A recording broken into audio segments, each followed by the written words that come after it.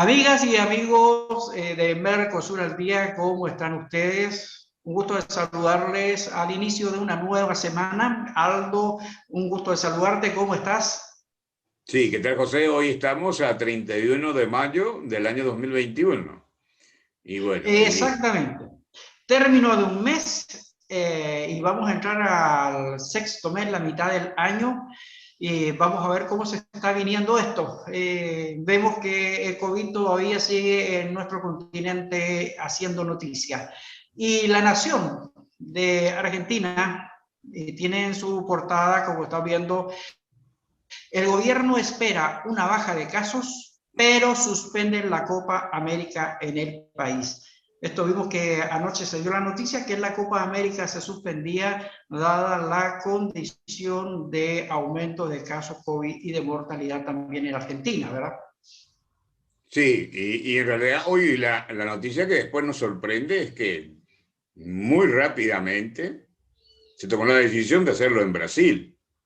Si es que, mi opinión es, si es que la Argentina tenía problemas por el tema sanitario, es indudable que Brasil no tiene todas las condiciones necesarias desde el punto de vista sanitario para garantizar que una copa se dé en condiciones de protocolo sanitario.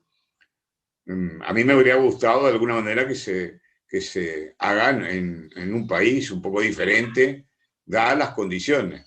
Desde mi punto de vista, así como estábamos hablando, podría ser Chile y podría ser los Estados Unidos, un país donde por lo menos se tuviera garantizado una parte importante de la salud y los protocolos y se tenga las condiciones necesarias desde el punto de vista de logística e infraestructura. Y hubiera sido interesante hacerlo, por lo menos particularmente en los Estados Unidos, para promocionar a nivel mundial nuestra Copa América. Eso se hizo también en el caso de, de la Copa, La Copa la Copa Centenario. Libertadores, no Libertadores de América, Ah, sí, también. en el cual se tuvo problemas con respecto, digámosle, a la sede, y se hizo en España, entre River Plate y Boca Juniors. Finalmente ganó River y bueno, y salió campeón. Pero tan rápidamente se hacen los casos, probablemente haya sido por, digamos, la petición de Brasil, ya que Argentina no está en condiciones de hacerlo por una cuestión de que su sistema sanitario está colapsado, así como la mayoría, en realidad la mayoría de los países de América del Sur, ¿no? Exactamente, y lo que sorprende en realidad que anoche, prácticamente cercano a la medianoche, la Conmebol emitió el comunicado por el cual suspendía la Copa en Argentina. Y bueno, Brasil es el segundo país a nivel mundial en contagios y también en muerte. ¿Ah? Ya está llegando prácticamente a medio millón, ya llegaba sobre los 495.000 fallecidos por COVID. Y como vamos a ver en uno de los titulares también de Brasil, ha habido concentraciones y marchas justamente contra el tema COVID y el manejo de la pandemia. Entonces, es una noticia que sorprende, en toda la televisión en los distintos países está, dice, una medida que ha sorprendido la Conmebol al llamar o al indicar que la Copa América se jugará en Brasil.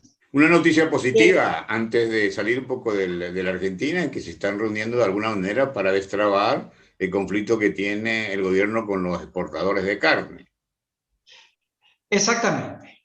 Eso es positivo y esperamos que este conflicto también, que no solamente afecta a Argentina, sino que también a los países vecinos, el caso de Uruguay también está complicado con el tema de la carne con los argentinos.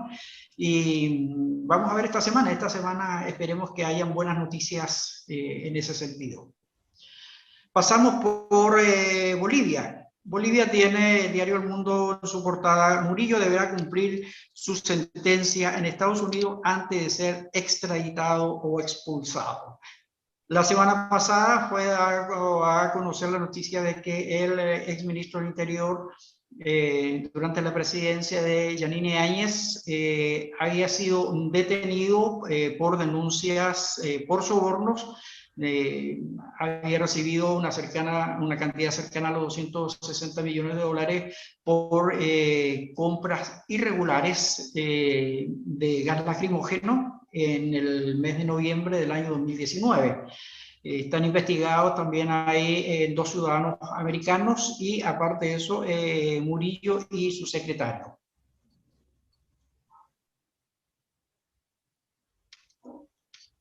Folia de Sao Paulo, lo que recién estábamos hablando. ¿Qué sucedió durante el fin de semana en Sao Paulo? Ahí lo podemos ver. Millares salen a las calles contra Bolsonaro en el país a raíz de la situación de la pandemia, la alta cantidad de fallecidos y de contagiados que hay, y bueno, que como premio le están dando la Copa América a Brasil. Sí, bueno, Brasil está en una situación económica bastante delicada desde hace mucho tiempo, y también luego de los procesos de impeachment a Dilma Rousseff, también se trabó mucho la economía, porque cualquier tipo de juicio político reduce las expectativas económicas y principalmente las posibilidades de crecimiento a futuro. Y hay que tener en cuenta que inclusive el tema del impeachment en Brasil tiene un proceso largo, aproximadamente entre 6 meses, 1 año, en el cual un país está parado, ¿no? En el caso de Paraguay, el sistema es mucho más rápido. Se pierde la confianza del presidente, se tienen los votos y el presidente de la República o lo renuncia, como en el caso de Lugo, o renuncia, como en el caso de Cuba, cuando también se produjo una crisis política institucional con el marzo paraguayo, y bueno, y tuvo que exiliarse en Brasil. Usualmente los presidentes de Paraguay que tienen problemas un poco y son exiliados desde el punto de vista como Stroessner, que fue el dictador, se exiliaron en Brasil. Brasil es bastante grande, un país amigo parece ser, ¿no? Parece ser, porque casi todos caminan hacia allá. El mercurio de Chile. Chile ha aplicado al menos una dosis al 69% de la población objetivo y quedan 30 días para llegar al total. Ha habido, con la puesta en circulación del carnet verde, como mencionamos días atrás, por parte del Ministerio de Salud, una gran demanda. Muchísima gente el día de ayer estaba en Santiago procurando alcanzar a ser vacunados. Así es que se espera que en el mes de junio esto obviamente vaya avanzando, la cantidad de vacunas sea mucho mayor todavía. Bueno, un dato importante e interesante también, especialmente para los migrantes: casi 200.000 extranjeros iniciaron un proceso de regularización migratoria. Exactamente, hace un mes atrás entró en vigencia la nueva ley de migraciones, por la cual se le va a permitir que muchísima gente que ingresó de manera irregular al país a través de pasos fronterizos no habilitados, pero que tienen un familiar, tienen alguna persona en Chile que pueda recibirlos, le están facilitando las condiciones para que pueda radicarse y quedarse legalmente en el país. La condición más importante es que las personas no deben tener antecedentes penales en su país de origen. Entonces, es una medida que va a ayudar a aliviar en gran parte el problema de la migración que se estaba teniendo en Chile, principalmente con los ciudadanos venezolanos, que son los que más han llegado en el último tiempo, que a raíz de esas mismas medidas, como hemos visto, la población venezolana ha empezado a emigrar hacia los Estados Unidos. Colombia, camino al acuerdo. Este es uno de los principales titulares que hay en el colombiano en el día de hoy, relacionado con las fuertes protestas que han ocurrido en estos últimos días, que ya tienen un mes en Colombia. Sí, entre el comité de paro, por un lado, que está formado por diferentes tipos de organizaciones, y ciudadanos y el gobierno. Esperemos que puedan tener una paz estable y que la violencia cese. De hecho, ha habido situaciones bastante dramáticas, como ciudadanos que inclusive asesinaron a manifestantes. Es así, José, ¿no?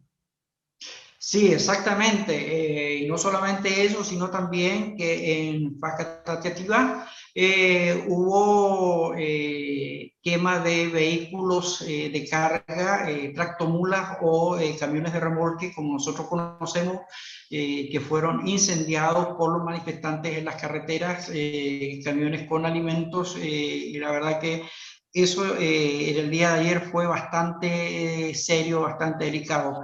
El presidente Duque dio la orden de que las fuerzas militares salieran a las calles para poder controlar los desórdenes que habían. Ya más de 7.000 efectivos militares son los que fueron autorizados para salir, especialmente en el Valle del Cauca. Y esperamos que esta semana ya pueda finalmente haber un acuerdo y cambiar la situación, ya que no sea tan radical. El derecho a la protesta es válido, es un derecho ciudadano, pero ya cuando se genera este tipo de daños a la propiedad, sea privada o sea pública, las cosas cambian de color.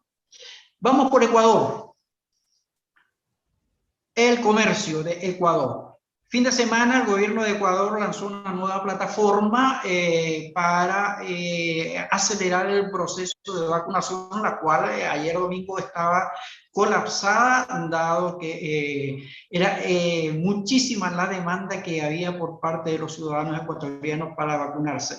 Y en parte de eso también hoy el comercio lo reseña y señala que la agenda de vacunación del gobierno, que ya tiene 4 fases, empezó desde el día de ayer. La ley del transporte, la ley de tránsito en realidad, divide a los sectores en el sector transporte, ¿no? Sí, hay varias cosas que están en este momento en Colombia con el cambio y con la llegada del presidente Lazo. No alcanza a verse bien, por ejemplo, abajo también el titular que la Asamblea dice, por un plan para la reactivación de 240 leyes que están ahí descansando en el Parlamento ecuatoriano. Así que se espera también que sea un trabajo muy productivo que pueda tener este nuevo Parlamento. Bueno, y se espera un poco cambios interesantes en Ecuador. Tienen un nuevo presidente y bueno, tengo entendido que tiene 5 años para administrar, y si lo hace de buena manera con el Parlamento y por otro lado están basados en una planificación de mediano y largo plazo y se consensúa con los actores importantes, Ecuador puede tener a futuro un mejor desempeño en los años anteriores, ¿no? Sí, han habido medidas, como mencionamos en un momento determinado, por ejemplo, el hecho de que Amazon abrió nuevamente su plataforma para el Ecuador para que pueda efectuarse el e-commerce. Lógicamente que esto le va a ir repuntando favorablemente en la economía. Así es que, como dije, esperemos, vamos a ir viendo cómo se va dando los próximos días el manejo de la situación política y económica de Ecuador. En Paraguay. En Paraguay, desde hoy se vacunan los de 62 y por cumplir mayo, el mes de mayores fallecidos, alrededor de 2.700 personas. También una ambulancia en una caravana colorada, y esto es particularmente un vicio que tienen los partidos en Paraguay, el manejo inescrupuloso, un poco inclusive de los bienes públicos. Hay que tener en cuenta que el sistema electoral en Paraguay es bastante débil en el sentido de que en muchos de los casos, y analizando un poco cuando hablemos de Perú, las diferencias que hay en el sistema electoral, que de alguna manera no permite que el voto, como decía una alumna, profesor, ¿para qué voy a votar si mi voto no vale? Exactamente. Estas cosas, la verdad que se ven en algunos países todavía, en otros las leyes de la transparencia pública fueron reduciendo el uso de los vehículos fiscales, generalmente en las campañas políticas, dado que las respectivas contralorías han ido aplicando más normas y, un poco, vamos a decirlo, mano dura en contra del uso y abuso de los bienes fiscales para proselitismo.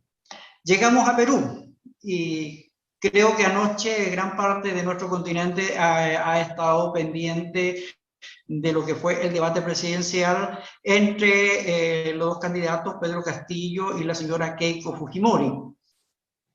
Bueno, interesante ha sido el debate en el sentido de que fue el último, fue propiciado por la institución electoral de Perú, y apoyado por varias organizaciones que están trabajando en el tema de fortalecimiento de la democracia. Y bueno, y se hizo bajo un modelo, un sistema bastante interesante, que permitía que cada uno de los candidatos expresen sobre los temas seleccionados, que fueron en primer lugar el tema de la salud y la pandemia, cómo iban a manejar si llegaran a la presidencia, la economía y un poco lo que significa la reactivación, todo lo que significa el tema de los derechos humanos y los otros aspectos relacionados, por ejemplo, al medio ambiente, a la pobreza y a la corrupción. Ahí en ese tema sí se tiraron algunos dardos, algunos misiles, unos y otros, pero de hecho la corrupción es una variable que está presente muy fuertemente en Perú. Según las noticias, ha habido 6 presidentes imputados y algunos en la cárcel, otros por derechos humanos, como el caso de Fujimori. Y bueno, ninguno de los candidatos están exentos, sino son ellos, son aquellos que los acompañan, ¿no? Hay que tener en cuenta que en este momento la candidata Fujimori tiene varias causas y en principio ha salido, digámosle, indemne, en sentido de que le han permitido ir a elecciones conjuntamente con Castillo, y Castillo tiene tras como sombra un creador, uno de los fundadores del partido que lo lleva a la presidencia, que está ahí imputado y sentenciado por corrupción. Así que uno de los grandes temas a resolver, a reducir o eliminar es la corrupción en Perú. Exactamente, y para el día de hoy estaba previsto, por ejemplo, por parte, como lo dijo durante el mismo debate anoche, la candidata Fujimori, un comunicado en el cual también estaría presente el escritor Mario Vargas Llosa, quien ha manifestado su apoyo a pesar, dice, de las grandes diferencias que puedan existir entre ellos, pero para los efectos de esta elección que va a ser este domingo, de lo cual vamos a estar muy pendientes, lo vamos a seguir, estaría también manifestando su apoyo en una coalición para la campaña. Bueno, antes de terminar, volví otra vez, José, a lo de Perú, porque el día de ayer se dieron a conocer las encuestas, las últimas encuestas que pueden ser divulgadas. Bueno, con respecto a las últimas encuestas que se dieron a publicidad el día de ayer, fue el último día, las la diferencia entre uno y otro candidato es prácticamente exigua, reducida. Está dentro del margen de error de todas las encuestas, que de alguna manera son 1.200 encuestas o 2.400, y tiene la particularidad también de presentar en algunos casos simulacros de votación, es decir, que en realidad se invita a la gente a votar con la papeleta. Y bueno, esa diferencia entre 1, 2 o 3 puntos hará que la elección la resuelva probablemente aquellos que están dudando, que van a votar nulo o van a votar en blanco, que son aproximadamente el 10 y el 20% aproximadamente, y también el voto en el exterior. Hay que tener en cuenta que hay casi 1 millón de peruanos que están en condiciones de votar y que en las elecciones anteriores, en la primera vuelta, lo hicieron alrededor de 200.000 personas y se prevé que voten aproximadamente 400.000 o 500.000, tal vez así que algunos referentes importantes y que son peruanos y que están en el exterior van a viajar a Perú a votar o van a votar, digamos, en los consulados o embajadas del país. Entonces, entre esas dos fuerzas van a determinar quién va a ser el ganador. Y por otro lado, hay que tener en cuenta que Castillo inició con una diferencia bastante, en algunos casos de 10 hasta el 20%, y al final de la pugna electoral nos encontramos prácticamente empatados. Así que bueno, es una carrera un poco de cabeza a cabeza, y bueno, veremos quién va a ser el ganador o la ganadora el próximo domingo. Exactamente, y hay que mencionar también que uno de los presentadores más conocidos que tiene Perú, como es el caso de Jaime Bailey de Miami, ha estado haciendo durante esta semana también un llamado a los peruanos para que concurran a votar, todos los que están en el exterior, entre los cuales también él mencionaba que él es uno de los que va a participar activamente para que la gente concurra a este proceso el día domingo. Y otro punto interesante también con relación, por ejemplo, a la diferencia entre sistemas electorales, por ejemplo, que habría que ver un poco, uniformar a nivel de América del Sur, de tal manera para precautelar los votos, y por otro lado, a que haya una mayor participación, porque si alguien es elegido con el 30% del electorado, el 40% del electorado no le da legitimidad, tiene que ser por encima del 50%. Y la diferencia ahí que en Perú es obligatorio el voto, pero hay sanciones.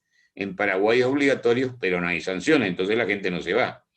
Entonces, la otra diferencia, que en Perú, tengo entendido que en Chile también es así, las mesas electorales están compuestas por ciudadanos, los que son vocales y presidentes de las mesas electorales. En el caso paraguayo están los miembros de los partidos políticos, y aquel partido político o movimiento que no tiene ningún senador o diputado no está en la mesa. Entonces es bastante injusto desde ese punto de vista. Entonces, alguna la diferencia que existe en el sistema, digamos, en el sistema electoral de ambos países. Sí, en el caso chileno, el Consejo Nacional Electoral es el que efectúa un sorteo para los vocales. Los vocales van por sorteo, y están también, aparte de los vocales de mesa, están los representantes de los distintos partidos o movimientos políticos que están participando en las elecciones con sus apoderados. Y para los efectos del cierre de las mesas y los escrutinios son todos a puertas abiertas, es decir, cualquier ciudadano puede estar presente y participar de la apertura de las urnas y llevar lo que es el conteo de los votos, que se hace a viva voz, es decir, se va sacando y se va mostrando y anunciando y anotando en una pizarra cuál es el voto que se va abriendo. Eso ha mantenido hasta ahora una transparencia en las elecciones. En Chile no existe sistema electrónico, sino sistema manual de votos que hasta ahora, a pesar de la mega elección que hubo, se ha mantenido. Y se aprobó la semana pasada en la Cámara de Diputados que el voto sea obligatorio, lo cual ya está en trámite para que para la elección de noviembre, la elección presidencial, sea repuesto nuevamente el voto obligatorio en Chile. Sí, me parece bueno, que positivo eso, porque de alguna manera nosotros hablamos siempre de políticas públicas y elegir a un presidente de la República o un parlamento nos predetermina los siguientes 5 años y por lo tanto tenemos que tener una ciudadanía informada. sí, nosotros como ciudadanos, obviamente, es parte de nuestros derechos, de nuestra responsabilidad, la elección de las autoridades. Somos los ciudadanos los que elegimos y por lo tanto debemos participar con mayor razón. ¿Qué dice el observador de Uruguay? Mayo, como abril, cerrará con más de 1.600 muertos por COVID. Continúa Uruguay el problema todavía de los altos fallecimientos que se han presentado.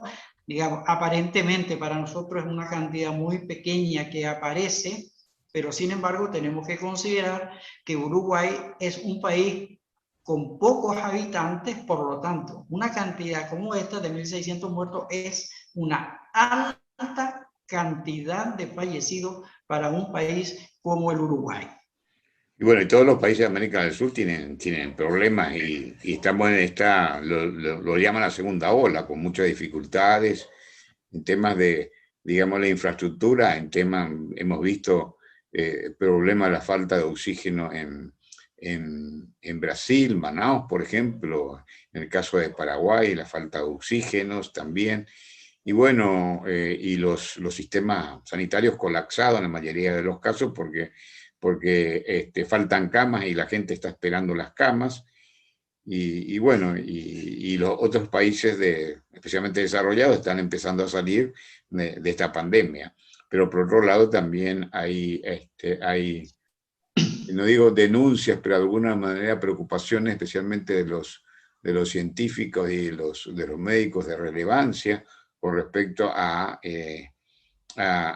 realizar la investigación correspondiente de dónde salió el COVID, o sea, el SARS en realidad, es el virus, ¿no? Aparentemente muchos dicen que haya salido de algún laboratorio de Wuhan, de China, y eso también podría producir otro tipo de virus si es que no se llega a la verdad, ¿no?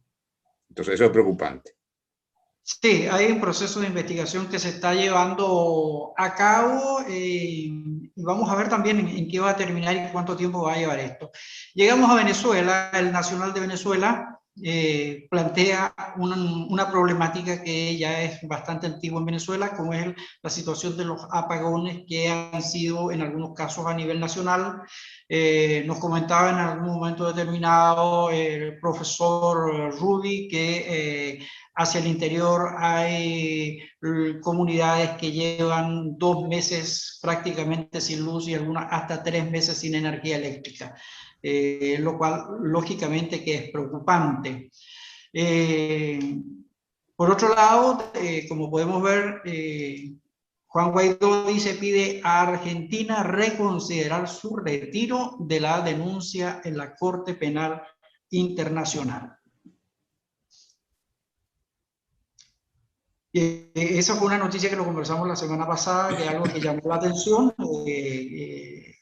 el retiro de Argentina, que había apoyado la presentación de la demanda ante la Corte Penal Internacional contra Nicolás Maduro por la violación a los derechos humanos, respaldados en el informe que hizo Michelle Bachelet, ya la alta comisionada, que fue además ratificado con un segundo informe, por eso que llama mucho la atención el hecho que Argentina, uno de los defensores de los derechos humanos, se haya retirado de la demanda que se había presentado.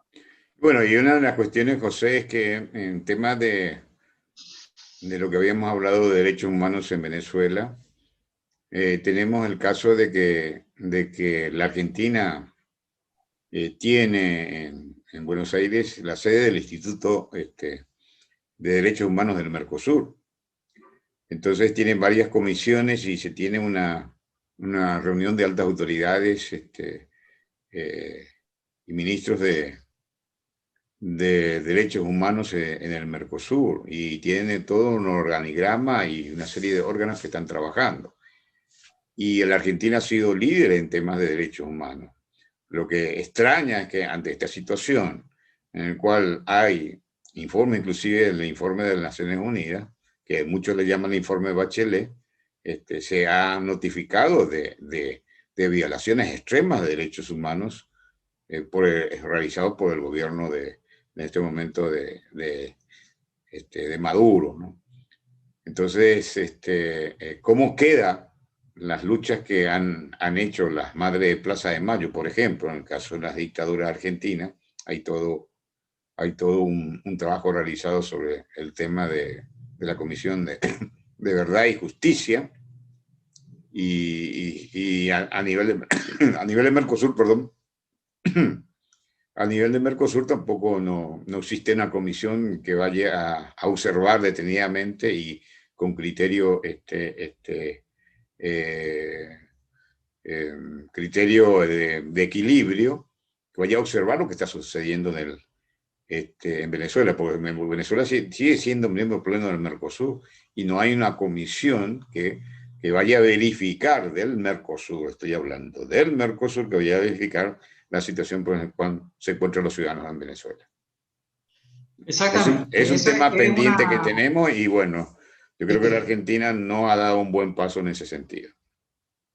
Exactamente, es una situación de que de verdad es preocupante, porque los ciudadanos, estamos hablando de que prácticamente va del orden de los 7 millones de ciudadanos venezolanos que se encuentran como migrantes en distintos países, no solamente en nuestro continente, sino también en Europa, a raíz de los problemas que existen en Venezuela.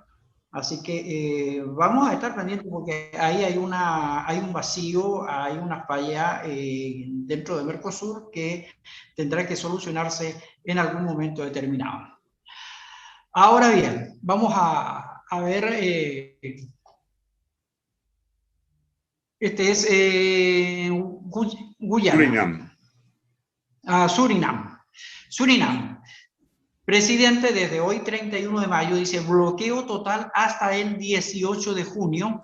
Ahí está parte de la información, dada que la muy grave situación por el COVID-19 en el país.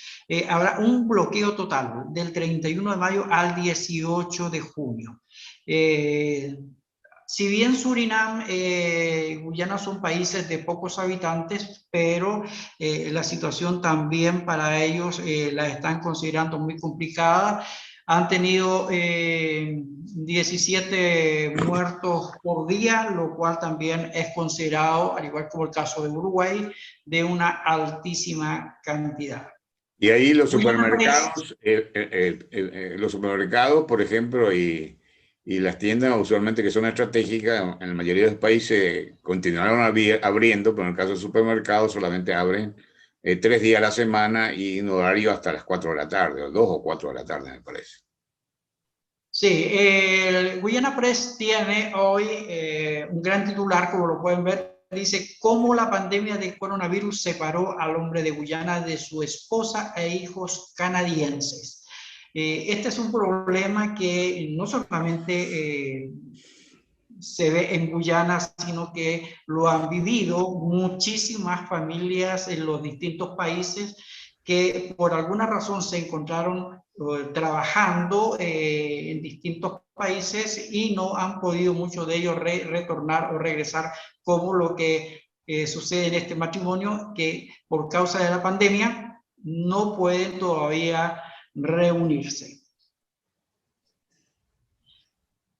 Vamos a dar una rápida mirada al Mercosur en la prensa desde el informativo que día a día levanta en la web parlamentarios del Mercosur. Y entre ellos, por ejemplo, en la cumbre de cancilleres del Mercosur, como lo tenemos aquí en pantalla, ¿verdad? Se sigue analizando la posible flexibilización, ¿verdad? Creo que este tema se ha conversado, se ha analizado, entre los cuales hay todavía mucha divergencia y muchos problemas en discusión, ¿verdad? Claro, yo creo que no se va a resolver nada en esta cumbre. En la próxima cumbre quizá, porque hay un planteamiento de reducción del arancel externo común. Hay que tener en cuenta que el arancel externo común va del 0 al 20%. Entonces, ver un poco si esa nomenclatura negociada se vuelve a abrir y renegociar. Y también están las excepciones que deberían desaparecer en el año 2024.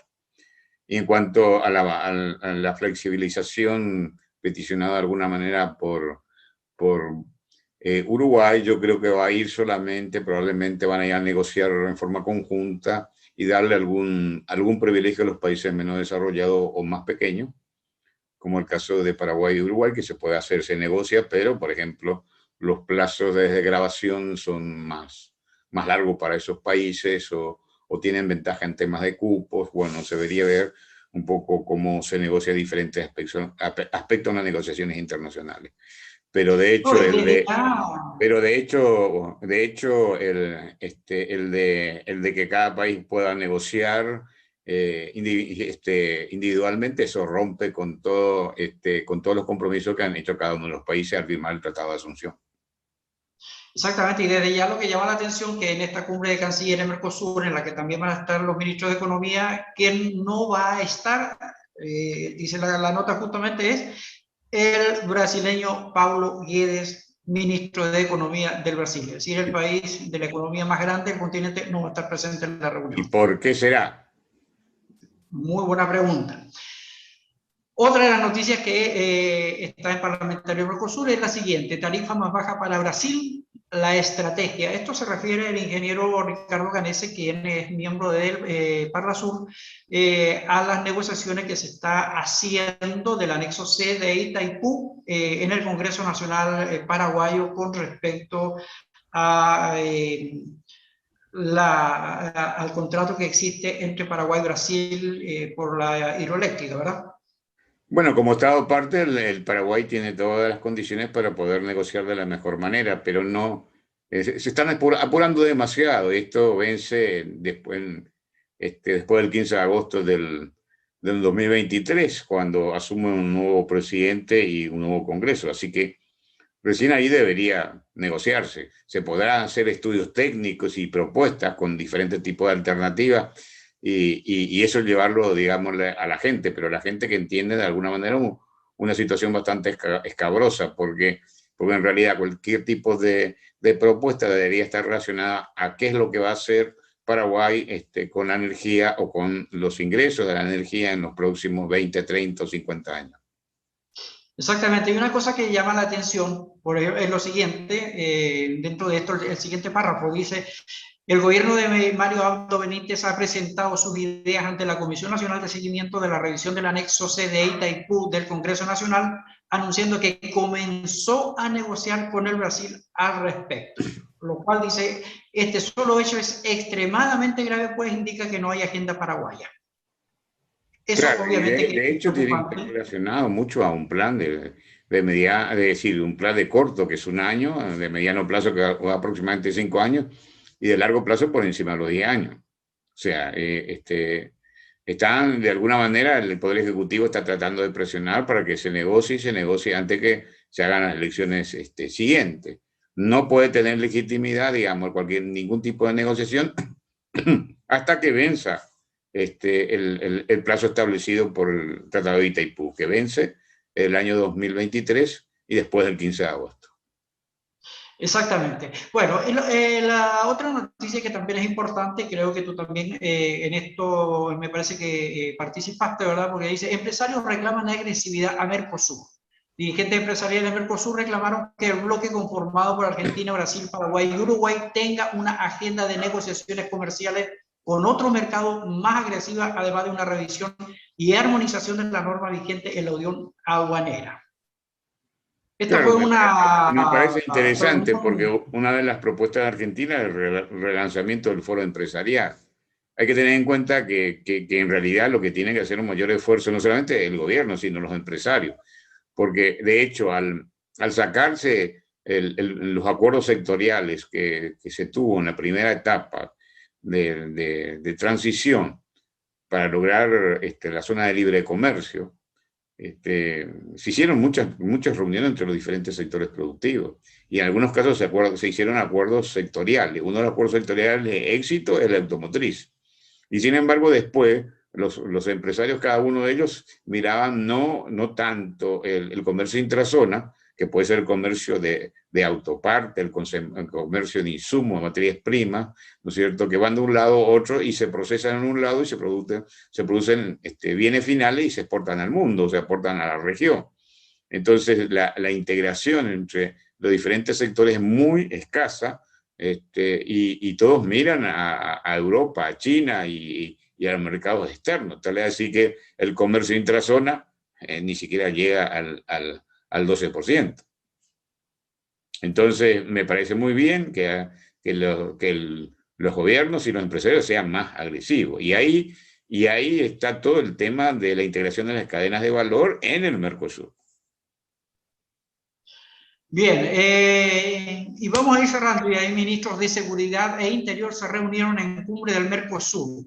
Del encuentro virtual de ministros surgieron preocupaciones vinculadas a delitos y migración. El gobierno uruguayo destacó sus estadísticas y el viernes se llevó a cabo una reunión virtual entre los ministros de Seguridad e Interior del Mercosur, en los cuales se señalaron que entre 6.600 personas privadas de libertad, tan solo 79 padecen COVID y que el 93% de los presos ya fue vacunado contra el virus en Uruguay. Es importante, dice, señalar que pasamos 11 meses de pandemia sin casos positivos en las cárceles, y es un compromiso de derechos humanos.